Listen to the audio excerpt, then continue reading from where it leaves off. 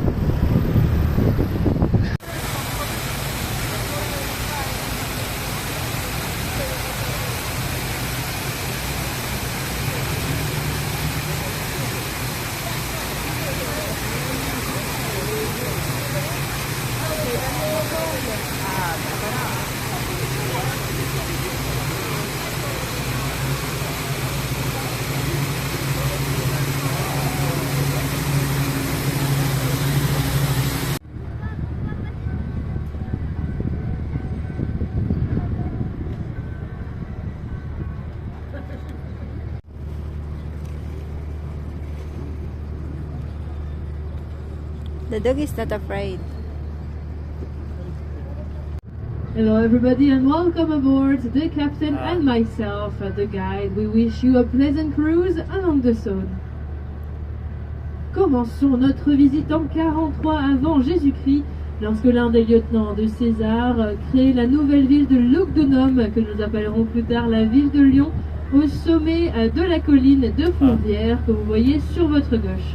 Let's start this tour in 43 before Christ, when one of Caesar's lieutenants created the new city of Lugdunum and allowed the city to be carried down in case of any invasion. D'ailleurs, il y a toujours des vestiges de cette époque romaine et je vous conseille fortement d'aller voir le théâtre gallo-romain que vous trouverez en haut de la colline de Fourvière. We still have you see on your left. Ce lieutenant, il était plutôt malin puisqu'être au sommet de la colline de Fourvière offre une très belle vue bien dégagée sur les deux cours d'eau et permet de se préparer et de se protéger en cas d'attaque. This lieutenant was pretty clever as finds on top of the Fourvière hill. Pour ceux qui sont sur la terrasse, si vous m'entendez bien, est-ce que vous pouvez taper du pied une fois s'il vous plaît? Vous m'entendez bien? Parfait, merci.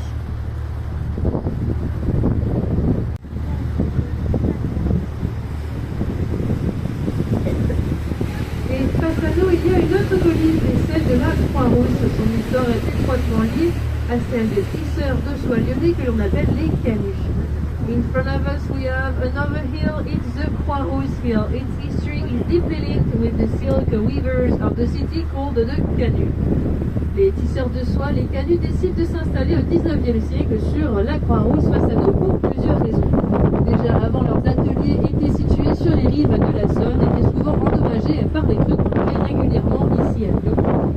Donc ils décident de déménager pour se mettre en hauteur, au sec. Et l'autre raison, c'est l'invention d'un nouveau métier à tisser mécanique qui est bien pratique, mais qui prend aussi pas mal de place puisqu'il fait plus de 4 mètres de haut. D'ailleurs, si vous regardez sur les hauteurs de la Croix-Rousse, vous voyez que les maisons sont un peu étranges. En fait, les fenêtres sont très hautes parce que ces bâtiments ont été construits pour faire rentrer ce géant métier à tisser à l'intérieur. The silk weavers of the city decided to settle in the 19th century on the Croix-Rousse hill you see in front of us for several reasons. Before, their workshops were on the banks of the river, and they often had floods here in Lyon which damaged the workshops. Also, a new mechanical loom was just invented. It was very practical, but it also took a lot of room as it was more than 4 meters high. If you look in front of us at the houses on top of the hill, you can see that the houses look a bit weird. The windows are very high because the buildings have been built to fit the mechanical loom inside.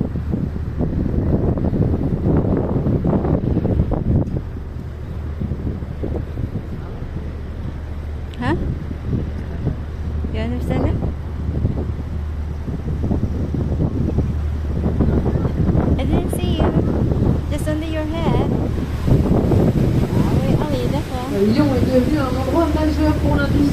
soir, en particulier après un décret de notre cher Napoléon Bonaparte, qui a dit que toutes les personnes stylées de sa cour devaient porter de la soie et en changer le plus souvent possible. À l'époque, 1 kilo de soie était égal à 1 kilo d'or. Lyon became a major place for silk industry, especially after a decree from Bonaparte that said that if you wanted to be stylish in his court, you had to wear silk and change it as often as possible. Back then, a kilogram of silk was as worth as a kilogram of gold.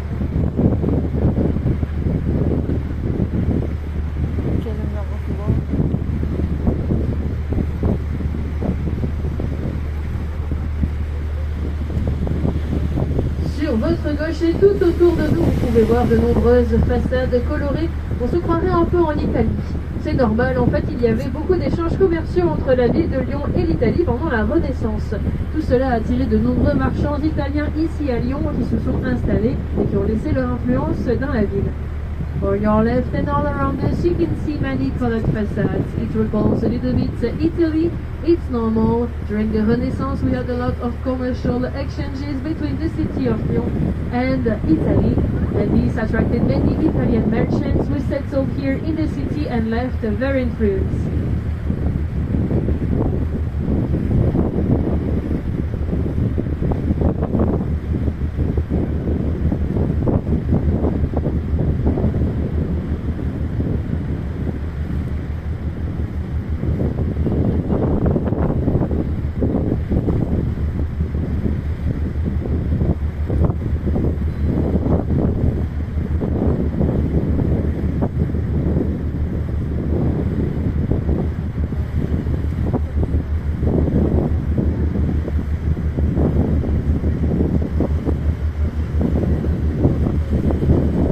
Fortunately, this never happened.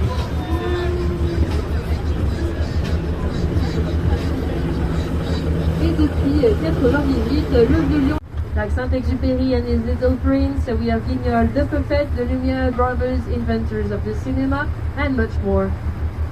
Et vous l'avez maintenant sur votre gauche. You can see the plated wall now on your left. Et en fait, une grosse partie de ce mur peint allait de l'autre côté du bâtiment. N'hésitez pas à aller jeter un coup d'œil, ça vaut le coup. The biggest part of the statue of the man. Cette statue, elle représente un homme, Jean Kleberger, un riche marchand allemand qui décide de donner une grande partie de sa fortune pour aider les plus pauvres à se soigner pendant la grande épidémie de peste qui a eu lieu ici à Lyon au XVIe siècle. Ce don d'argent a permis de sauver de nombreuses vies. On appelle souvent ce monsieur le bon allemand. Vous le voyez maintenant sur votre gauche à côté de l'arbre. The statue you see on your left next to the tree represents a man, Hans Kleberger, a rich German merchant who decided to give a lot of his money to help the poorest people to be cured during the Great Plague that happened here in the 16th century. His gift helped to save many lives and we often call this man the Good German. Vous avez la statue du bon allemand sur la gauche. You can see the statue of the Good German on your left.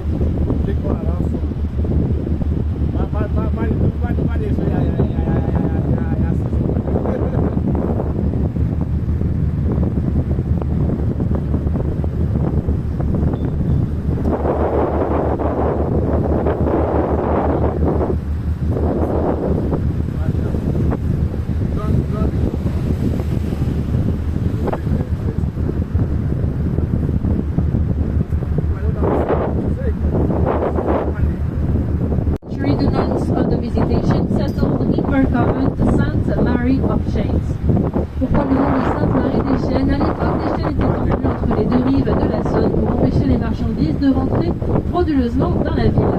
So why the name of Saint Mary of Chains? It's because back then chains were stretched between the two banks of the river to prevent goods from being smuggled into the city. Et maintenant, ce lieu sur la droite, c'est devenu les subsistances, un endroit dédié à l'art qui abrite l'école des Beaux-Arts de Lyon. Now, this place on your right is the subsistances, a place dedicated to art, which hosts the School of Fine Arts of Lyon.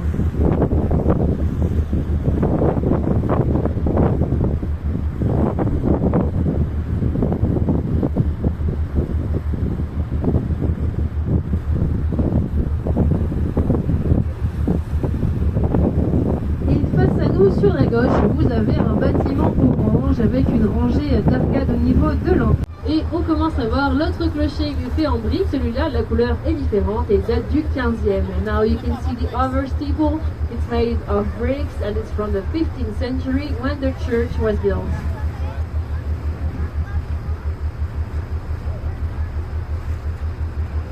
In the shape of an elephant.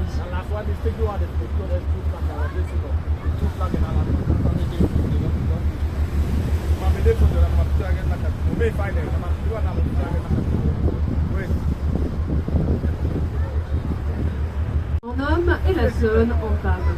On the supports of this bridge you can see two statues that represent the two rivers of Lyon. The Rhône is represented as a man and the Saône as a woman. C'est d'ailleurs le pont le plus bas de Lyon, donc sur la terrasse, faites attention à vos têtes. It's also the lowest bridge of the city, so on the terrace, be careful with your heads. Careful with your head, yeah. Careful with your head.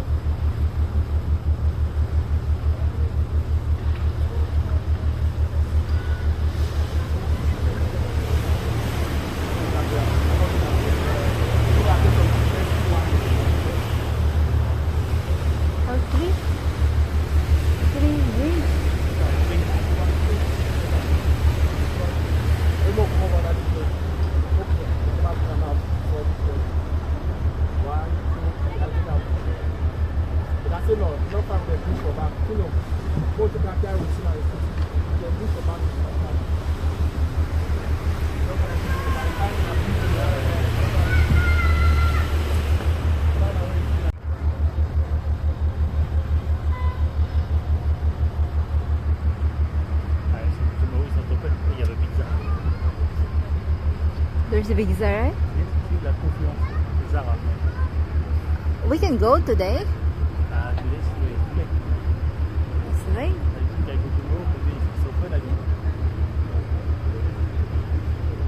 They're open on Sunday.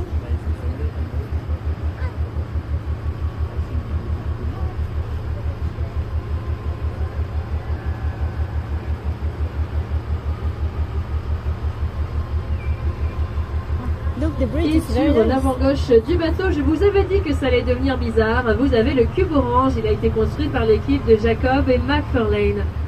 On your left, you can see the orange cube. It was built by the team of Jacob and McFarlane. Et à l'intérieur de ce cube orange, vous avez des bureaux, tout simplement. Et avec ses trous tout partout et sa couleur très orange, on a forcément trouvé un fromage qui lui ressemble et on l'appelle la miolette lyonnaise. So it's nice, In this honey. orange building, you have offices, but because of its very strong orange color and holes all over, we obviously, as French people, thought about a type of cheese, and they call it the miolette lyonnaise. It's an orange French cheese. It's, oh, we can go today.